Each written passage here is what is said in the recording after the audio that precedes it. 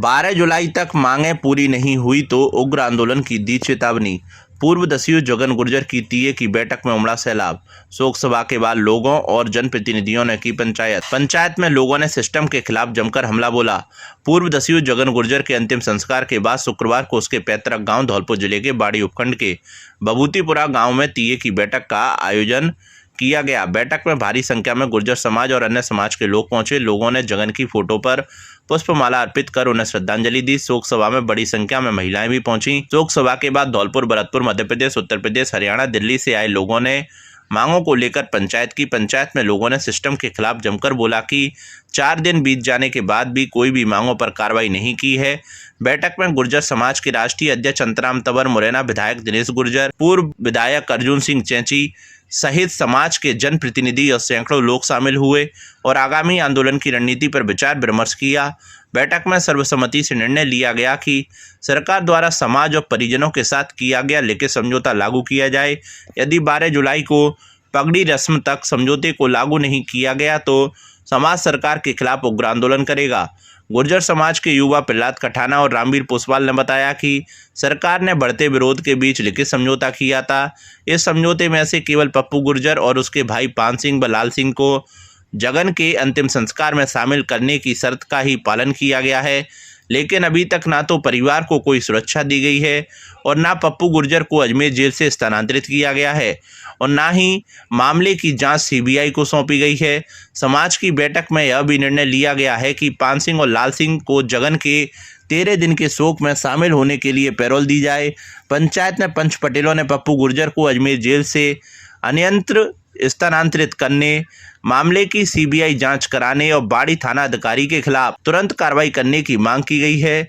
समाज ने चेतावनी दी है कि यदि ये मांगें पगड़ी रस्म तक पूरी नहीं हुई तो उग्र आंदोलन किया जाएगा। पूर्व दस्यु जगन गुर्जर की 29 जून को अजमेर की हाई सिक्योरिटी जेल में बंद बैरक में हत्या हो गई थी। इस घटना के बाद समाज और परिवार के लोगों ने अजमेर में विरोध प्रदर्शन किया था, जिसके बाद प्रशासन और समाज के बीच एक लिखित समझौता हुआ था, लेकिन उस समझौते को अभी तक लागू नहीं किया गया है। इसी के चलते जगन गुर्जर के पुत्र आसाराम ने शुक्रवार को बभूतिपुरा गांव में समाज को एकत्रित होने का आह्वान किया था। लाल सिंह भगत जी को पैरोल दी जाए, आप इसका समर्थन करते हो? जेल में बंद व्यक्ति अगर मारा जाए तो ये शासन और कानून और प्रणाली पर सवाल है। कितने लोग जेलों में बंद हैं, कल आप होंगे, हम होंगे, और अगर कोई अपराध करता है तो उसकी सजा कानून और सरकार दे रही है। जगन बार बार सरेंडर कर रहा था, जेल जा रहा था और वो उसकी सजा भोग रहा था। हम ये तो नहीं कह रहे ना कि आप पप्पू गुर्जर को रिहा कर दो, मुकदमे खत्म कर दो, ये थोड़ा कह रहे हैं हम सरकार से। हम कह रहे हैं जिस जेल में जगन गुर्जर मारा गया उसमें पप्पू मारा जाएगा, इसलिए उसको धौलपुर शिफ्ट कर दो, यही तो कहा हमने। भाई अगर लाल सिंह जी और पान सिंह जी आज जेल में हैं, हम ये नहीं कह रहे उनको आप रिहा कर दो, मुकदमे माफ कर दो, तुम्हारे कानून के तहत जो उनको सजा दी जाए वो दो। लेकिन आज लाल सिंह जी भगत जी को उसके भाई के 12 संस्कार पूरे करने के लिए पैरोल दे दो, ये कह रहे हैं। अगर आज आप कमजोर हो गए तो चाहे धौलपुर हो, बाड़ी हो, इस पूरा डांग क्षेत्र जो मेरा अशिक्षित अनपढ़ जो एरिया है, इसमें लोग आपको नोच नोच के, ये प्रशासन के लोग आपकी नोच नोच के हर आदमी को जेलों में मरवा देंगे। ये बहुत बड़े हत्यारे लोग होते हैं जो सरकारों जगह तय होगी। आप सबको देखो, मैं इन चीजों में भरोसा नहीं रखता हूं, लेकिन अगर आपको सच में न्याय चाहिए और जो बाबू महाराज को मानता है वो हाथ खड़ा करके करे कि मैं 12 पगड़ी के दिन यहीं आऊंगा, 12 बावड़ा हाथ खड़ा करके कहो। ऐसे काम नहीं चलेगा, क्योंकि थानेदार साहब ने पहले ही कह दिए हाथ खड़े करो साहब, मैं तो कतई भरोसा नहीं करूंगा। बाबू महाराज की ये कि हम लोग ये चाहते हैं कि जो बातें वास्तव में हुई वहाँ तय हुई, एक्स्ट्रा हम कुछ नहीं कहना चाहते। उसके आधार पर प्रशासन हमको आश्वस्त करे कि हमें इसमें ये हमने काम किया है, आगे हम काम करने वाले हैं। अन्यथा वो नहीं करते हैं तो पूरे जितना समाज बैठा हुआ है, संध्या दिन के बाद में फिर हम लोग इसको निर्णय लेंगे हम आगे क्या करना है। वो हमारे तक पता आपका कमजोरी की बात करो मत ना, आपकी सारी बात मानेगी। जो 3 मांग और या 4 मांग आपकी हो सारी मानेगी। टाइम लग सके 2 दिन का 4 दिन का। एक तो बड़े दुख की बात है और इसमें पूरे देश में रोष है गगन गुर्जर का। भाई अपनी मुकाबले में मर जाता कोई दिक्कत नहीं। जो बिना मौत मारा है वैसे एक ऐसे बीच के मारा है वजह से एक उसको मार दें। कुछ ना सोची कि ये कौन सी बिरादरी का है, ये कौन है, ये क्या है, पता नहीं। एक बहुत बड़ी साजिश है। छोटे मोटे आदमी की गुर्जर को ऐसे मारने की हिम्मत नहीं पड़ती। ये कोई बहुत बड़ी साजिश है जिसे मिलकर ये कितने दिन तक रचना रच रेख भाई से हम जेल में जाए इसे काबू में करें, इसे मारें। सुरक्षा दी थी जगन जी के लड़के के लिए, वो भी नहीं है, शायद नहीं है। पैरोल वाली बात है, वो पैरोल भी नहीं है।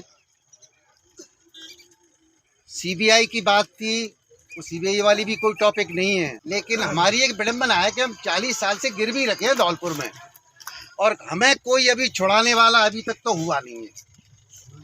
40 साल से गिरवी रखे हम।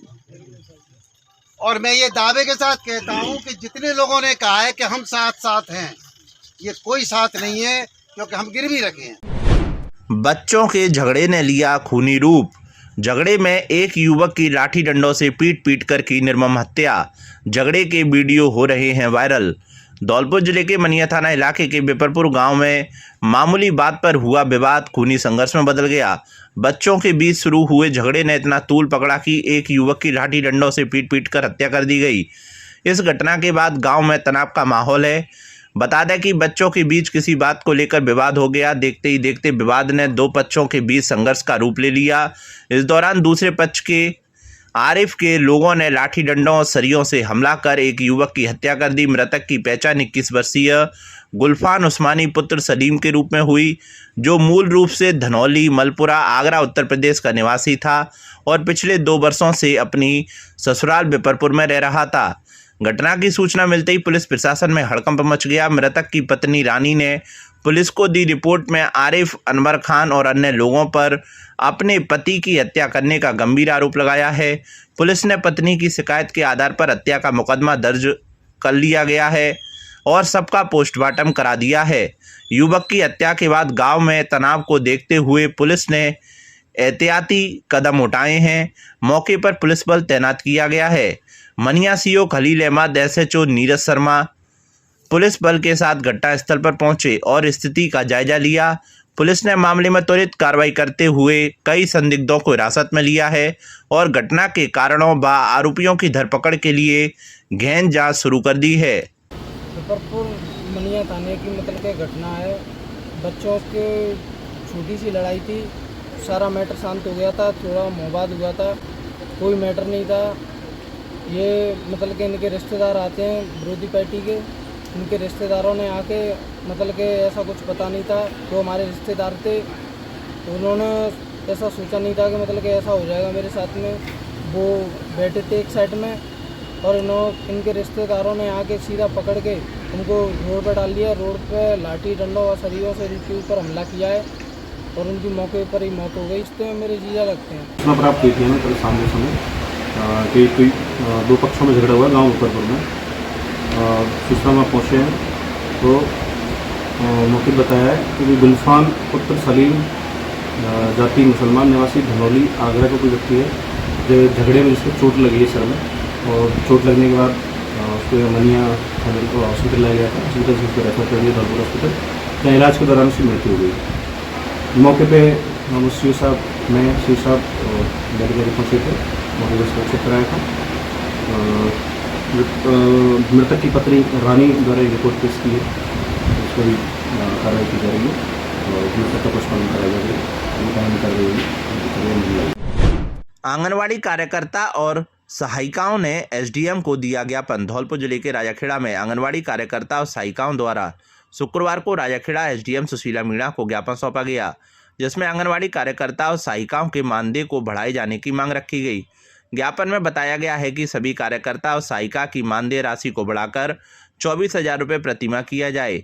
साथ ही कार्यकर्ता और सहायिका के द्वारा मांग रखी गई है कि हमें पल्स पोलियो कैंप, सर्वे और चुनाव की ड्यूटी में लगा दिया जाता है, जिसका हमें कोई भी मानदेय नहीं दिया जाता है।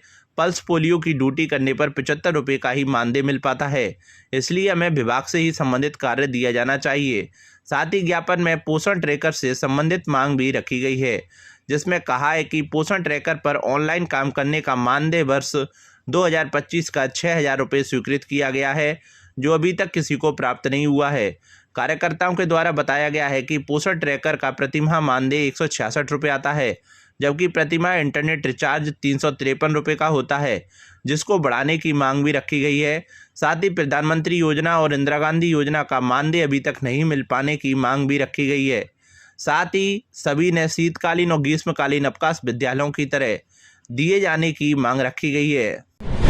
हरियाणा पलवल के गैंगस्टर और अंतर्राष्ट्रीय खिलाड़ी अजय गुर्जर उर्फ भाईजी धौलपुर जिले के बाड़ी उपखंड के गांव भभूतिपुरा पहुंचे, जहां उन्होंने अपने दोस्त पूर्व दस्यु जगन गुर्जर को श्रद्धांजलि दी। उन्होंने कहा कि वह ताइक्वांडो के अच्छे खिलाड़ी थे और वकालत की पढ़ाई कर रहे थे। उन्हें राजनेताओं और पुलिस ने झूठे मुकदमे लगाकर गैंगस्टर बना दिया। उन्होंने कहा कि जगन गुर्जर अच्छे इंसान थे, मुख्य धारा से जुड़ना चाहते थे।